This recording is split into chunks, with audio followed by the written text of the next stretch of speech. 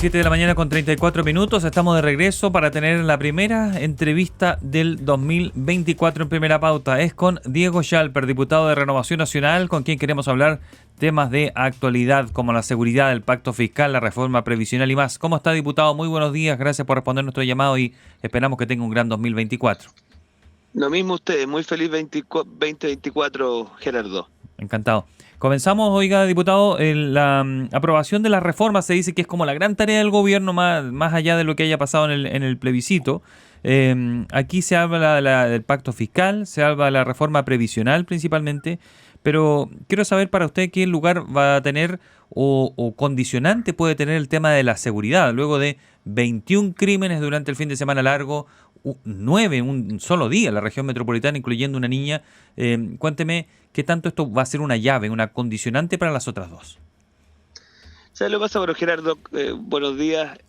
A ver, acá más allá de lo que el gobierno quisiera que fuera la agenda, hoy día la realidad, el mundo real del día a día, más allá de que el presidente le guste vivir en esta realidad virtual de hacer una especie de Facebook Live, o no tengo idea, mientras en Chile se van suscitando homicidios, él figura relajado en una instancia digital, ¿no? Pero en el mundo real, hoy día tenemos en lo que va del 2024 5 homicidios. Un tuitero ponía una cosa que a mí me dejó helado. ¿En qué minuto en Chile empezamos a contar homicidios antes que recién nacidos cuando cambiaba el año? Entonces, ese es el Chile real. Entonces, para nosotros como oposición es simplemente insólito que el presidente de la República no se ponga a la cabeza de esto, no esté por lo pronto en la moneda con sus ministros, con su ministra del Interior, con posiblemente el subsecretario del Interior, mientras esto se suscita y esté, perdónenme la expresión, pero echadito para atrás en un Instagram Live riéndose de las ironías que puedan hacer algunos tuiteros respecto a su gobierno.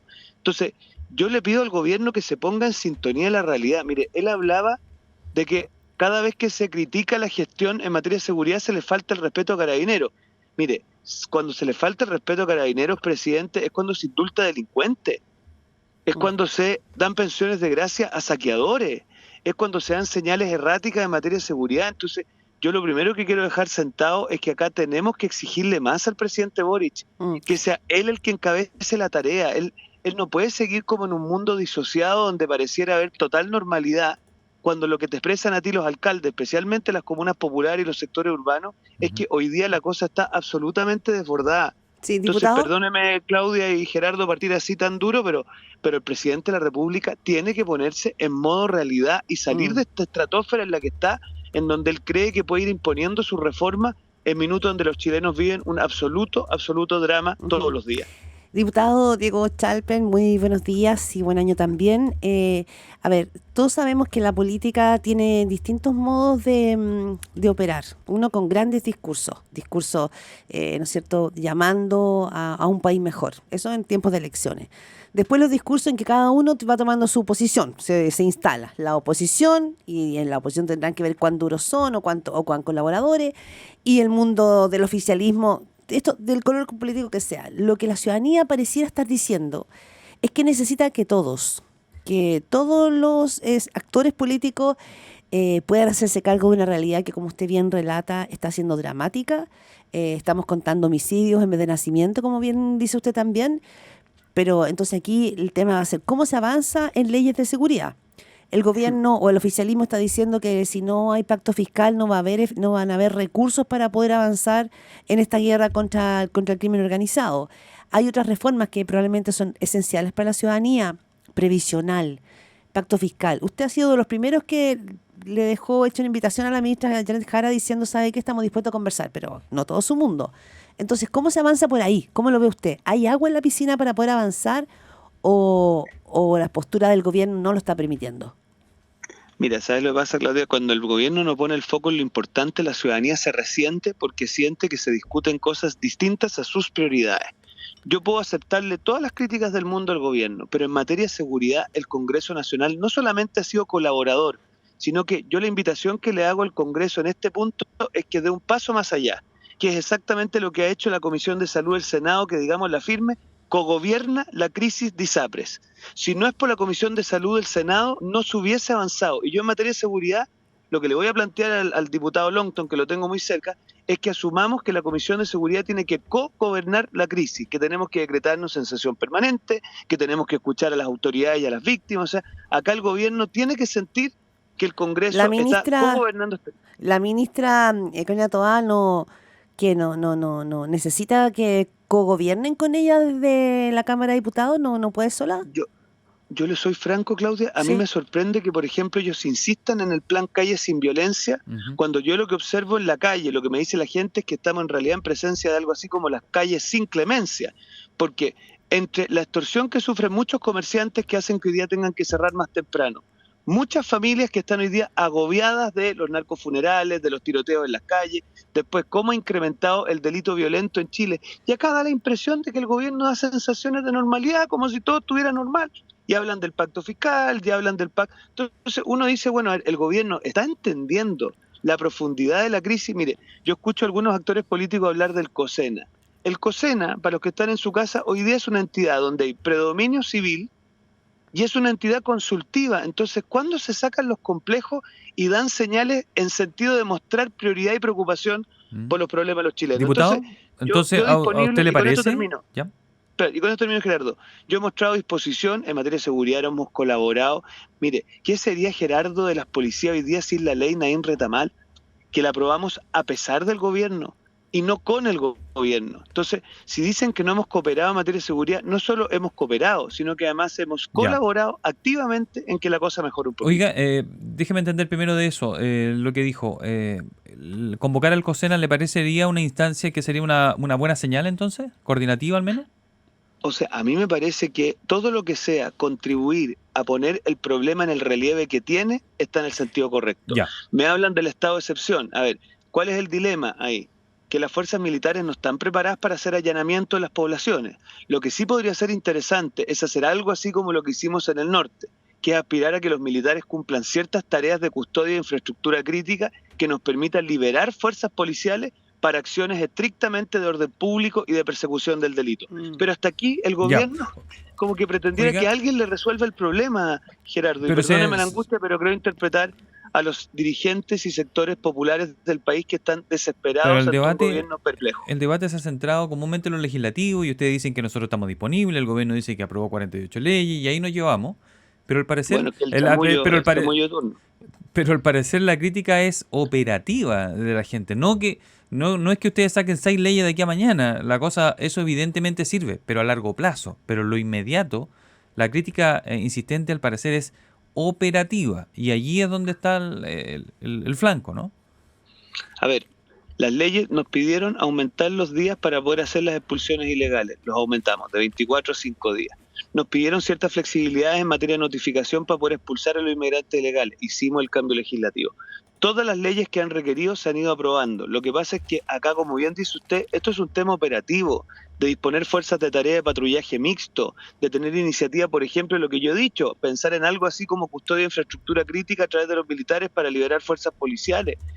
Ellos saben perfectamente que hoy día tenemos 500 miembros de las policías, de carabineros, dedicados a temas de registro de armas, que ellos perfectamente podrían hacerlo a través de personal civil con una mínima modificación, pero no avanzan en nada. Entonces al final es mucho más fácil decir hay que aprobar leyes en el Congreso, pero los chilenos hace bastante rato que se dieron cuenta que esto es un problema operativo, de gestión y no de legislación.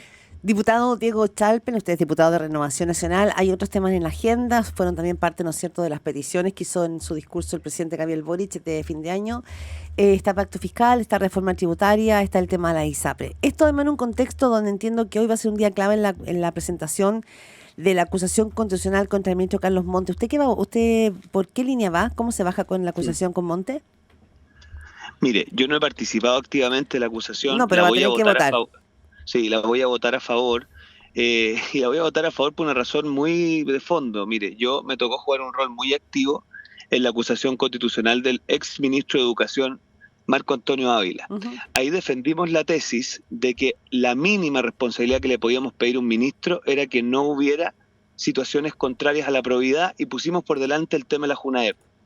probablemente la opinión pública no ha problematizado tanto, pero finalmente la Contraloría se pronunció. Ya, pero vamos al tema, no se haga publicidad de lo que usted hizo en ese minuto, Claudia, vamos al presente. Es que, Claudia, es súper importante, porque acá el argumento era, escúcheme, acá el argumento era que el ministro no tenía responsabilidad sobre el tema de probidad, sino que le correspondía al subsecretario. Y fíjese que la Contraloría acaba de declarar que los contratos que hicieron sin toma de razón en la JUNAEF eran ilegales. Okay. Entonces, los ministros sí tienen responsabilidad. Y yo voy a votar a favor, porque el ministro Montes no puede pretender sostener, y con esto termino, porque usted me quiere cambiar de tema, no puede pretender sostener que no tiene ninguna responsabilidad sobre las tremendas y graves situaciones de irregularidad y delitos que se han cometido en su ministerio. Bien, quería cambiar de tema, pero no por cambiar de tema, es porque ya habíamos entrevistado a usted cuando fue lo del ministro y ya estaba, ya fue. Digamos, usted tiene muy buena memoria, a mí ya cambié el año. Claro, por eso. A ver, diputado Diego Chalper, en lo que sí usted ha mostrado disposiciones en la reforma previsional, ¿sigue su voluntad de avanzar en acuerdos con el gobierno porque en su sector no hay esa misma claridad y no está esa misma convicción? ¿Usted cree que la oposición tiene que avanzar por ahí o más bien ahora está en la idea de recular un poco? Mira, a mí me parece un poquito bizantino todo esto, porque las oposiciones y los gobiernos siempre dialogan. O sea, es parte de la dinámica parlamentaria como colegisladores el estar permanentemente dialogando. Si lo que pasa es que aquí la que dio en el clavo fue la alcaldesa Matei, cuando le hizo un llamado a la ministra a no torear a la oposición. Y yo espero que la ministra Jara se resetee este 2024. El fines del 2023 nos trató de torear con un tuit al día siguiente de una situación plebiscitaria que vivimos, nos trató de torear a través de un tuit. Yo le invito a que ella se resetee, que parte este año de manera distinta, que genere las condiciones para un diálogo y que a partir de ahí seamos capaces de ir construyendo una cosa que al final del día aquí no se trata si hay acuerdo o no hay acuerdo. Acá lo importante es qué es lo que necesitan los chilenos para tener buenas pensiones. Eso es lo central. Y el gobierno tiene que poner su foco en lo que técnicamente se requiera para eso, no aquello que deja contento a un sector de su coalición.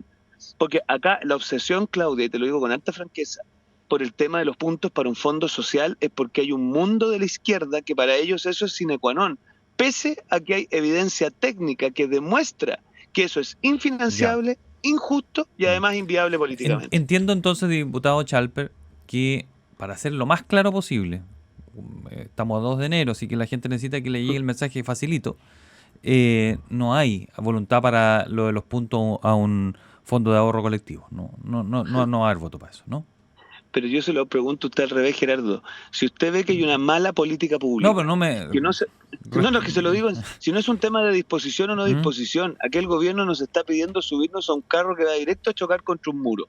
Ya, no entonces están, yo al menos hace bastante razo que dejé de comulgar con ruedas de carreta. Ya, no están pero entonces. Los votos para fondo de ahorro colectivo no va a haber, entonces, porque la UDI dijo, nosotros hablemos lo que sea, pero para ahorro colectivo no. Aquí nos lo dijo Macaya, nos lo dijo Ramírez, y usted...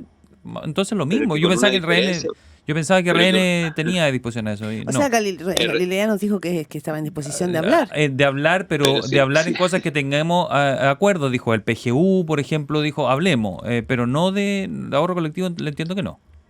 Pero con una diferencia, pues. Renovación Nacional desde el minuto 1, a través de sus equipos técnicos, le ha hecho propuestas al gobierno para sobreponerse al problema de las malas pensiones actuales. El senador Galilea, entiendo que en esta radio, sinceró una propuesta que venimos trabajando hace bastante rato, que es algo así como un bono de reconocimiento con cargo a una deuda específica. Sí. Entonces, el gobierno, ¿por qué no sincera? Que hay voluntad, pero hay voluntad con propuestas, pues. Si esa es la tarea de una oposición constructiva, si lo que pasa es que el gobierno está capturado con la política pública que le quieren imponer algunos en su sector, que yo les advierto una cosa, los diputados socialistas a mí me dicen entre líneas que ni ellos tienen piso político para ir a sus distritos y decirle a los comerciantes, a la gente del mundo del trabajo, que le van a quitar puntos de cotización para sus cuentas de ahorro. Ellos mismos no tienen espacio para eso. Entonces yo le pido un poquito más de honestidad al gobierno y que terminemos con este juego de ir como con los recados, como el juego del teléfono. Entonces yo espero que el gobierno siente una mesa de trabajo sincera a los chilenos y que abordemos las propuestas que le hemos hecho que resuelven el problema de los pensionados sin afectar a los cotizantes en sus futuras pensiones. Diputado Diego Chalper, quizás ya más desde el análisis político, pero es interesante ver finalmente cómo queda, ¿no es cierto?, el mapa político en la oposición, en la derecha, después del plebiscito. Veía una entrevista a Víctor Pérez que decía que la UDI, por ejemplo, no podía seguir siendo derrotada. En este caso decía él ahora por segunda vez por republicano. ¿Ustedes sienten la amenaza de republicanos también en Renovación Nacional o no? A ver, yo creo que la oposición tiene el deber moral y político, ya es moral incluso, de construir una opción de cambio primero a nivel municipal este año y a nivel presidencial en 2 años más. Esa es nuestra tarea. Para eso la tarea es sumar. Y obviamente sumar, pero también entender que hay un mundo que responde a, pongámoslo así, una versión más vehemente de nuestros principios, y otros en cambio que creen que hay que construir desde una identidad clara y nítida, pero con vocación de mayoría. Sí. Yo creo que la tarea de la centro derecha, la nuestra, la de Chile Vamos, la de los sectores que hemos construido mayorías en Chile y hemos permitido la alternancia en el gobierno, porque aquí no se trata de tener triunfos morales, aquí lo que se trata es lograr la alternancia en el poder, y para eso la tarea de Chile Vamos es insustituible. Por lo tanto, yo, más que estar en la dinámica de sacarnos responsabilidad, no, la tarea es cómo hacemos para construir una mayoría en Chile a nivel municipal en las elecciones de fin de año y a nivel presidencial en 2 años más. Y en eso Chile Vamos tiene por lo pronto que construir un proyecto político de mayoría. Y tener Tiene que candidatos. Bueno, tener candidatos, tenemos una gran candidata hoy día, por ejemplo, Evelyn Matei, que yo creo que ha hecho un desempeño notable en los últimos años y espero que lo siga teniendo.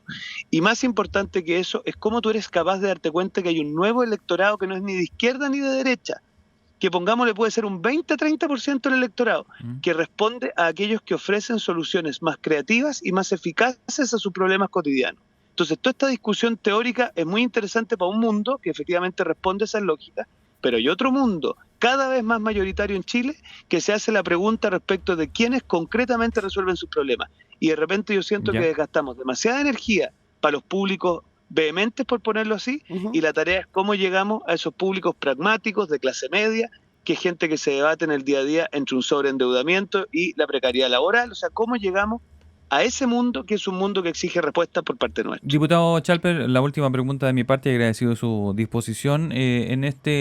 Lo que se viene ahora son las municipales y para eso usted, le entiendo entonces, podrían ir en pacto con los republicanos, al menos por omisión, es decir, sumar fuerzas pero marcando diferencias entre ambos.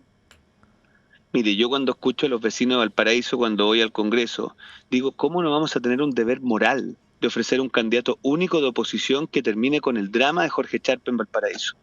¿Cómo no pasa lo mismo en todas aquellas comunas donde la gestión de los mundos de izquierda es simplemente deficitaria? Entonces, la tarea, Gerardo, es un candidato único de oposición en cada comuna del país. En algunos casos será de Chile Vamos, en otros casos de otros grupos que interpreten mejor a esa ciudadanía concreta de esa comuna, pero la tarea es un candidato único de oposición en cada comuna del país. Esa es la tarea que yo le pido a las directivas y en la cual obviamente todos vamos a colaborar. Bien. Diego Chalpen, diputado de Renovación Nacional, muchísimas gracias y que tengan muy buen día. Muy amable, diputado. Que le vaya bien. Gracias. Un abrazo. Gracias. Chao.